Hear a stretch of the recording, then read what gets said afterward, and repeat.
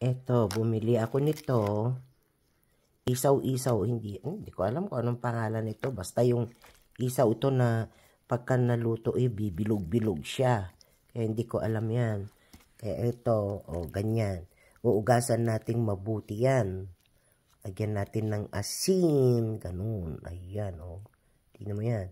Tapos saka ko iluluto yan sa air fryer yan. Kailangan lilinisan ng mabuti yan. Ito hindi sitchurong bulaklak. Pero hindi ko alam ang tawag nito, guys. Kaya yan.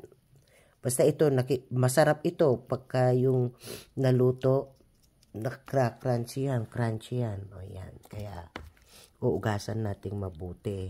Ayan. Lagyan ko ng asin. Ganun. Ayan. Kita nyo, guys. Ayan. Ganyan ang itsura. Okay.